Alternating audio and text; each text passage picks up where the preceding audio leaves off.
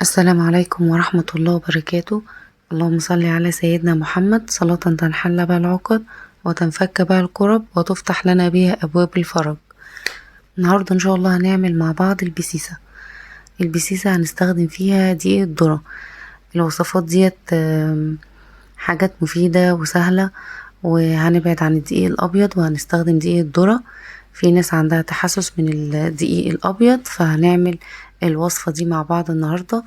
الكيكة طرية جدا وهشة وجميلة، وهنعملها في 5 دقايق، مفيش أسرع ولا أسهل من كده. في الخلاط بقى بتاعنا هنجيب 3 بيضات، هنحط معاهم معلقة كبيرة من الخل، وهنحط ظرف من الفانيليا. انا بستخدم الفانيليا الخام، فهحط كده شوية من الفانيليا الخام. عندك فانيليا سائلة ممكن تستخدميها. هنحط بقى ذرة كده من الملح علشان تعادل الطعم والسكر اللي هيبقى موجود في الكيكة. هنستخدم كوباية من السكر. انا بستخدم الاكواب المعيارية، وهي دي اللي هعاير بيها كل المقادير بتاعتي. هستخدم نص كوباية من الزيت، وهحط كمان معاها 3/4 كوباية من اللبن. انا حطيت دلوقتي نص، وهحط نص الكوب المعياري اللي معايا ده اللي هو بمقام نص كوباية، فكده 1/4 كوباية من اللبن.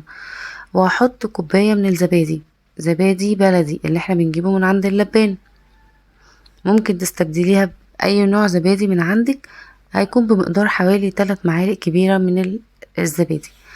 في الخلاط بقى مش هنستعجل عليها خالص، وهنضرب المكونات دي كلها مع بعضها كده كام ضربة حلوين علشان ندخل منها اكبر قدر من الهواء. في بولة بقى انا خلت الدقيق الاصفر بتاعي اللي هو دقيق الذرة، وحطيت عليهم ظرف من البيكنج باودر، وهقلبهم كويس قوي قوي مع بعض. في الوصفة دي انا مش هستخدم الدقيق الابيض، انا هستخدم بس دقيق الذرة. متخافيش الكيكة بتاعتك مش هتبقى مفرولة. دايما بنحط نخلط الدقيق الاصفر مع الدقيق الابيض علشان الكيكة بتاعتنا تبقى ماسكة نفسها، ما تبقاش مفرولة. فالنهاردة ان شاء الله هنعملها، وهتكون قوامها متماسك. وهنعملها بقى كلها في الخلاط كده. هنحط كل الدقيق اللي معانا هنحطه في الخلاط.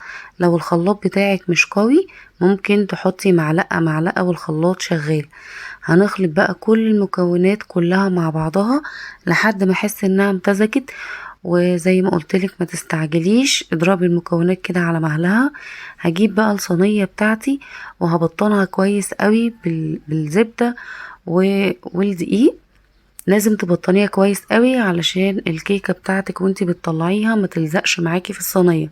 شايفين القوام بتاع الكيكة مش زي المتعارف عليه انها بتبقى اتقل شوية، لا احنا عاملينها النهاردة خفيفة، قوامها سائل عن الكيكة بتاعتنا.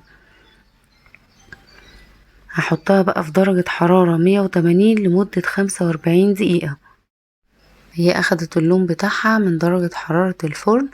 طبعا هتختبري الكيكة بتاعتك بالخلة. لو لقيتي الخلة بتاعتك طلعت نظيفة فالكيكة بتاعتك كده استوت وبقت تمام. بصوا الكيكة بقت هشة وعالية وجميلة، وجربوها هتعجبكم قوي قوي. وطبعا دي افكار للناس اللي بتتحسس من الدقيق الابيض. بدلنا افكارنا ورجعنا كده الوصفات بتاعت زمان. ان شاء الله هتعجبكم. ولو عجبكم الفيديو بتاعي ما تنسوش تعملوا لي لايك واشتراك، واكتبي لي بقى كومنت حلو منك.